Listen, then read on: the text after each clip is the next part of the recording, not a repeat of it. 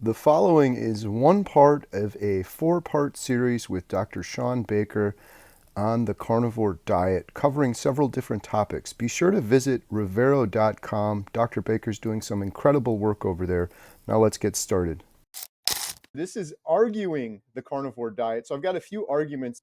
Why can't you just eat in moderation? Yeah, that's a really common question because there are people out there that will see these success stories and they'll say, well, the only reason she put her autoimmune disease into remission or lost her depression is because she lost weight. And you can do that on any diet. And you certainly can lose weight on really any diet, quite honestly. And certainly, I think a diet where you get rid of all this ultra processed garbage is clearly beneficial for many people. And many people, that's all they need. I don't think everybody needs to go carnivore. However, and you know this as well as I do, there are people that will say, look, I was eating a balanced, whole food, clean diet, free of junk food, free of sugary stuff, free of oils, and yet my health was still sick. But when I got rid of the healthy fruits and vegetables, my health got better. I mean, you just can't deny that's happening. And so, what the mechanism by which that is, we can debate about, but there's no debate in my mind that it clearly does occur. Now, why that is, maybe it's the modern food environment. Maybe the guts are so wrecked that they can't tolerate things that maybe 100 years ago would have been tolerated.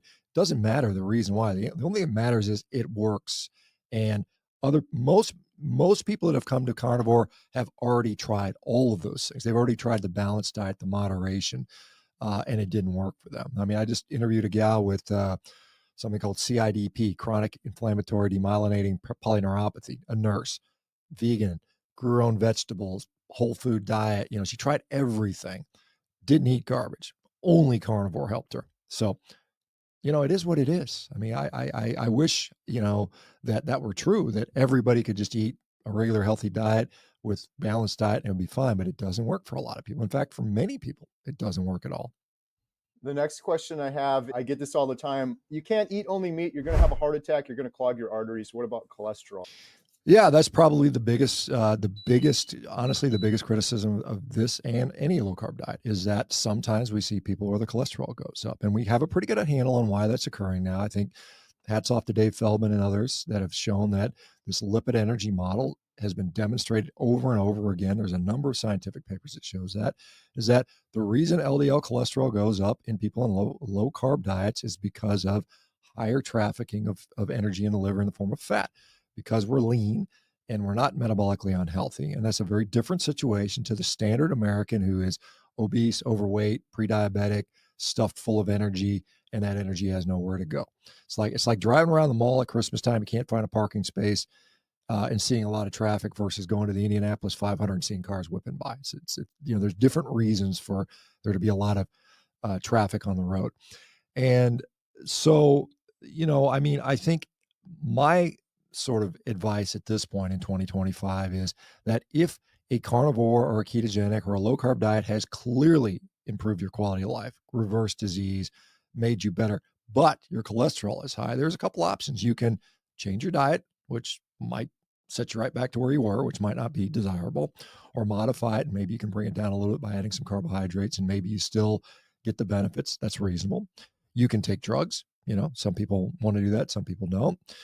Or you can say, hey, look, I'm okay. I'm going to leave my cholesterol high, but I'm going to monitor things. I'm going to get some imaging, look at my heart, maybe a CAC score, maybe a CT angiography or something along those lines, and just see how it plays out. Now, that's 2025. Now, 2028, we may have enough data where we can just say, you know what? You're metabolically healthy, you're lean, ignore cholesterol. I don't know that we're there yet in 2025. I think there's more and more evidence that's getting us there. But again, in trying to be as responsible as I can, I have to say that, this is something that you should take notice of. And then you should just, take catalog of everything else risk factor wise, get some objective data, some sort of, scanning, imaging, and then just monitor as time goes by. Again, 3-5 years from now, we might be able to say, hey, look, you're good to go. Don't worry about it. All right. The next one I have is, what about fiber?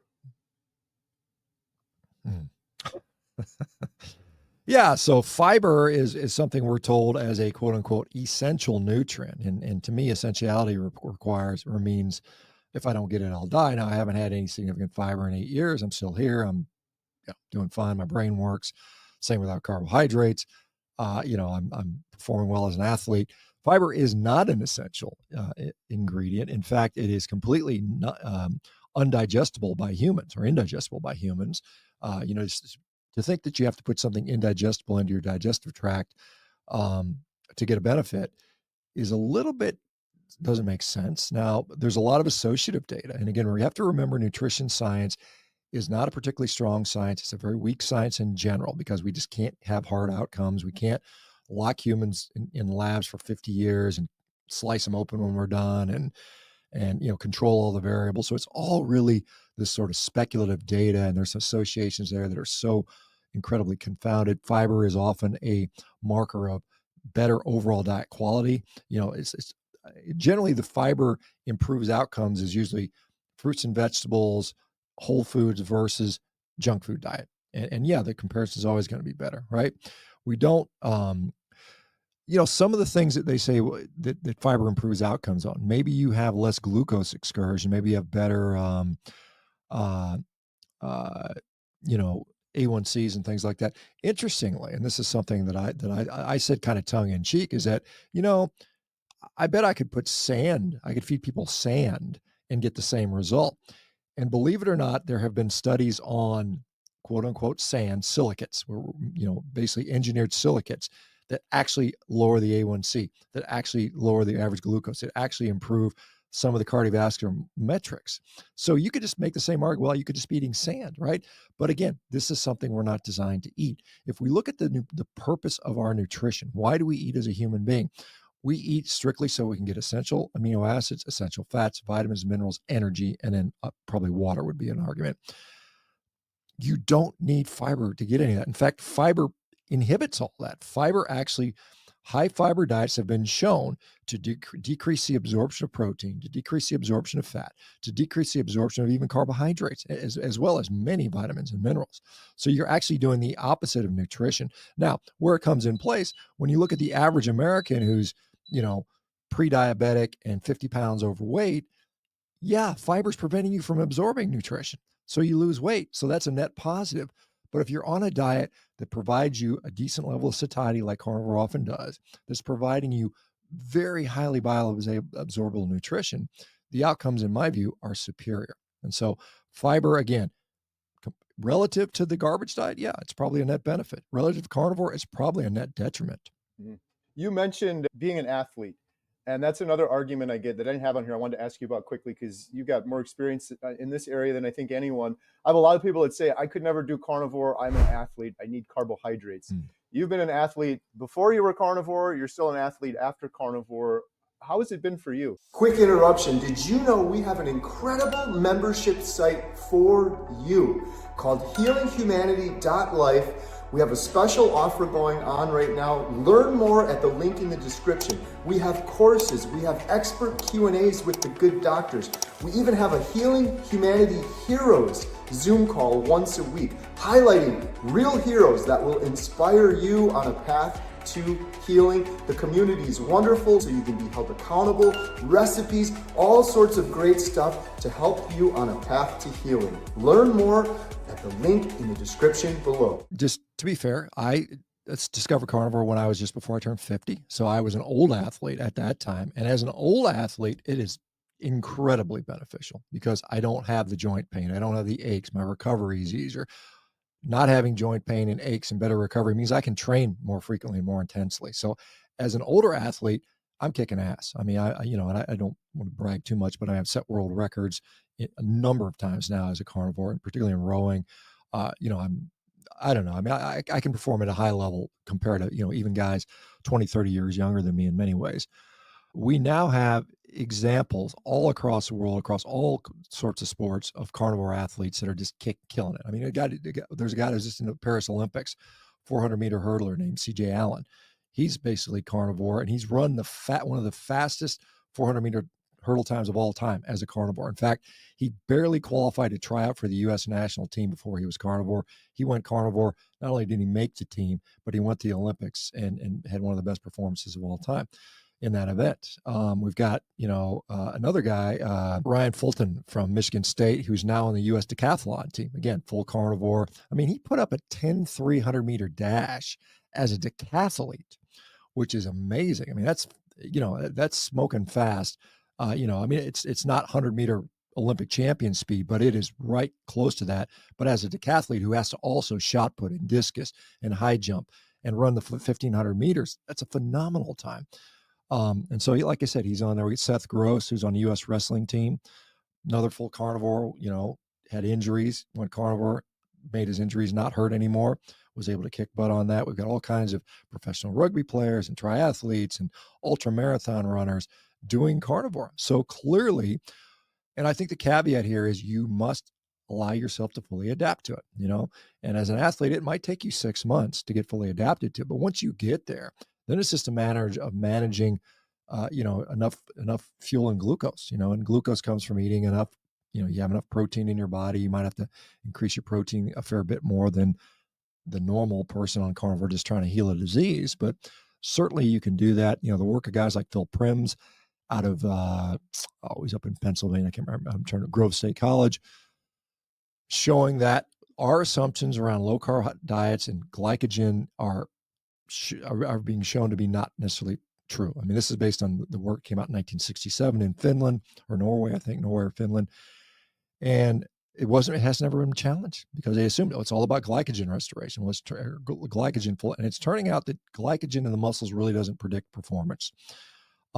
It's more blood glucose, and blood glucose, you see guys wearing CGMs now, they're on low carb diets, and they're in the middle of a grueling event and their blood glucose is 200-300 because they can produce that glucose that they need to perform at those high levels. So I think we're seeing, just like we are seeing with health, with the assumptions around health. Oh, well, you don't eat red meat, it's going to give you all these problems, it's going to make you fat and diabetic.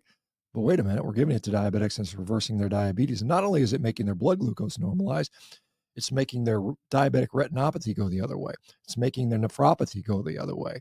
It's making their blood pressure normalize. And so you can't just say like the criticism is, oh, well, low carb diets just mask the symptoms of diabetes. Well, tell me why this guy who had, blood vessel issues in his eyes has reversed that.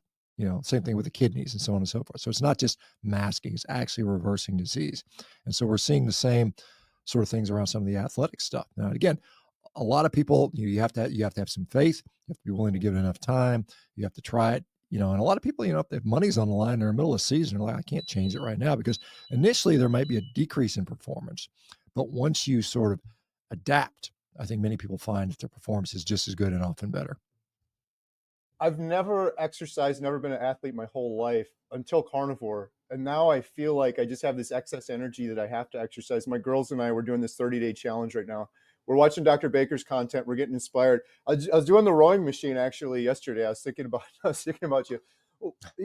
Quick question. Do you have any advice on exercising fasted versus after eating? I was arguing with my girls about this, and I really don't know if there's a better. I mean, it depends on your goals, right? I mean, I think that for general exercise, for 99% of the time, doesn't really matter. You can fast, you can not fast. I think, when it comes to getting your protein, just get it in sometime in the day. I mean, that's what the literature is becoming more and more clear about. You don't have to eat, a bunch of protein and carbs within 30 minutes of a workout. That's all been basically debunked. So as long as you get food in sometimes throughout the day. Now, I will say the only thing that I would say is that if you're going for like an all-out personal best record, then probably having some fuel on board will probably benefit you a little bit. And I think, again, with carnivore, as we know, the way protein is absorbed and the way glucose moves around protein, you're probably you want to eat, 3 or 4 hours prior to a big meet, a big workout. That's the only caveat out there. But for most of it, if you train fasted, don't train fasted, it doesn't matter. Whatever gets you there doing it, and because if you got to exercise at 5 o'clock in the morning because your job and you don't feel like eating a big meal at 4 o'clock in the morning, go do it fasted, eat later. I mean, there's no major differences there. Now, again, if your job is, I'm going to be Mr. Olympia and I'm going to shoot up all the drugs and, yeah, you're going to eat like 5 or 6 times a day. But for most of us, like the vast majority of us, it doesn't matter.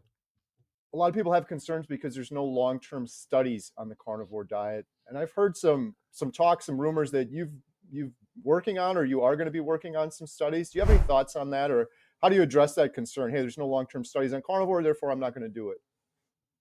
Well, I mean, there's no long-term high quality studies on any diet. I mean, there's retrospective observational studies you can look at, but those are really low quality studies. I mean, we can obviously point to historical.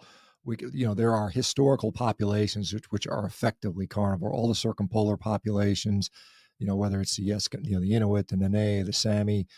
We've got the Nilotic African tribes, the Dinka, the Maasai. You've got rural Mongolian folks for years. You've got people in South America, the whole Gaucho population in southern Brazil and Argentina. You've got Plains Indians, historical accounts.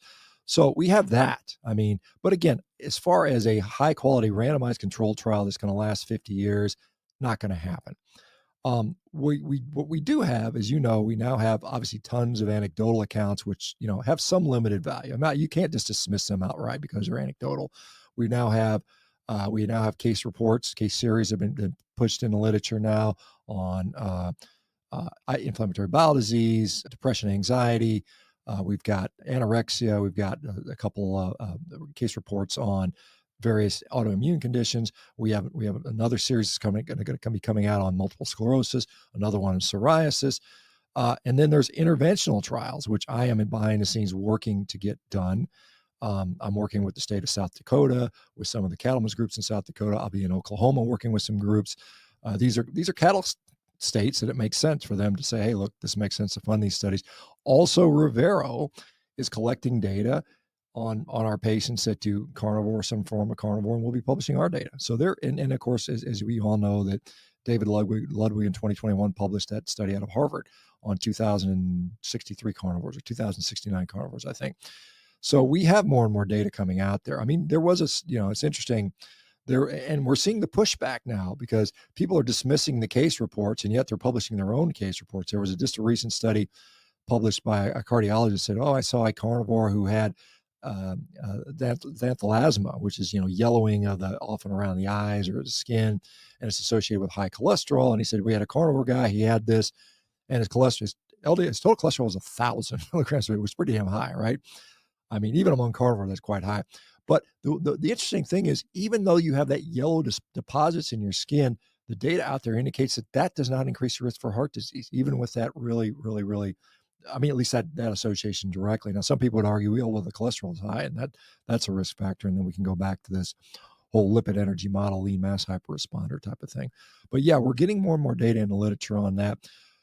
We're never going to have a long-term RCT. I don't think because that's never happened for any diet. I mean, it's just, so all you're going to have is observational associations, and then you're going to have these short to medium term things. What I'm hoping to say, and what I'll say over and over again, if your doctor is telling you he can predict the future, what you're going to die of or how long you're going to live, he's lying to you, right?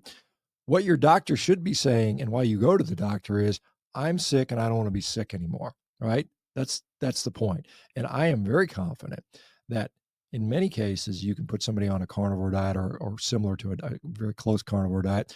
You can make people that are sick healthier, as we all see over and over again. So I think that's where our focus should be: taking sick people, not making them sick anymore, and stop worrying about making them live forever or pretending we know what's going to prevent these diseases, because we really don't.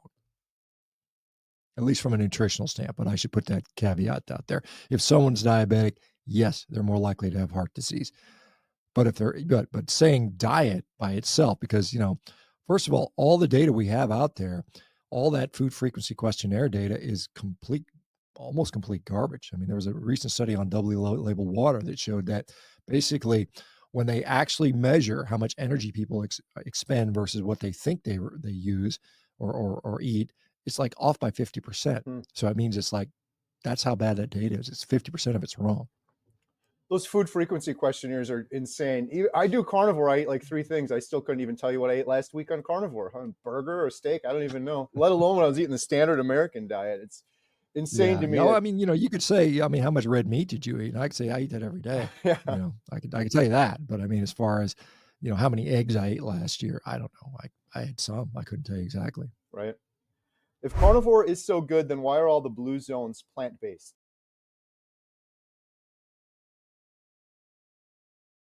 Well, I mean, it depends how you define a blue zone. You know, first of all, Dan Butner, who did that research, he's a Seventh Day Adventist, obviously very biased in this sort of stuff. He's attached to Loma Linda University, I believe, and you know, one of the things is that there was a really nice evaluation of that blue zones data, and there's I forget the guy's name. He published a paper on this a few years back, and he showed that those blue zones are basically filled with fraudulent data. I mean, all these countries where they say that these people are living, these super centenarians living 110, none of them have birth certificates.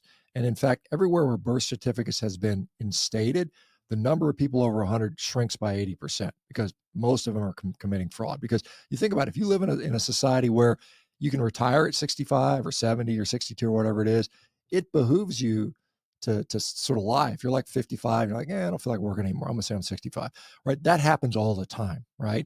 It's just that if you don't have good record keeping, if a good way to do that, you see that's there.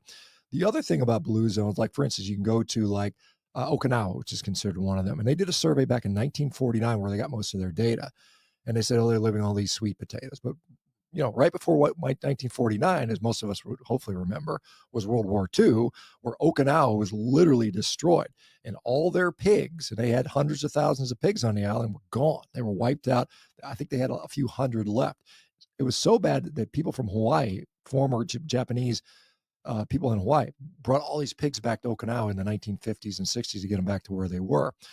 The same thing, back in, I think it was in Crete, they came during some fasting holiday to observe them. And it was like, yeah, they weren't eating meat because they were basically fasting, or they were on this religious holiday where they were abstaining from that. The other thing is there are so many counterexamples of people eating lots and lots of meat, living super long. I mean, Hong Kong, I've talked about many, many times, highest life expectancy in the world, highest IQ in the world, highest meat consumption in the world. You've got places like Iceland where men have one of the highest rates of living over 100 in the world, and they eat very little fruits and vegetables. Because why? I mean, where is Iceland? It's a frozen rock sitting at the very edge of the North Atlantic Ocean, just before the Arctic Sea. There ain't no fruits and vegetables growing up there, guys. There's barely any grain. The only grain they get is imported from Denmark, and that comes to feed their livestock. So when I went to visit Iceland, telling people about carnivore diet, they looked at me like, yeah, of course. All we got up here is some sheep, a few goats, a few cows, and some fish. What else are we going to eat, right? So, I mean, that stuff, again, is very much kind of a propagandized thing that's been pushed by, again, the Seventh-day Adventist Church, the Adventist Health System, Dan Butner, who's a product of that. And it's been monetized because, again, plants are cheaper to sell. It's more lucrative, and you make more money selling highly refined plant food than you do animal products. So anyway, I think a lot of it's about profit. Thank you so much for watching. If you're interested in learning more about our documentary, Healing Humanity, The Power of a Proper Human Diet, or supporting it, please visit donate.healinghumanity.movie. Our goal is to reach millions of people that are hopeless right now, and sharing the examples of real people over the course of 1 year that are undertaking a proper human diet to overcome obesity, type 2 diabetes, depression, anxiety, fertility issues. We couldn't do it without you. We thank you so much. We are also selling these shirts, Healing Humanity, The Power of a Proper Human Diet. Every penny we get from those goes towards the documentary. And last, we have memberships. If you click the little join button, it's best to do it on desktop. Under any one of my YouTube videos, you can join and become a member. We have hundreds of members right now. We do members only videos. We do members only behind the scenes. You can email me as a member and I'll answer you. And every penny from that goes to support the documentary. And the last thing is we have these Redmond's portable salt shakers. These things are awesome. You can get the best salt. You can take it with you. We sell these on the website along with our water bottles and cutting boards, and every penny from all of those goes 100% towards supporting the documentary. You can also sign up for our newsletter, which is completely free. All of these links are in the description below.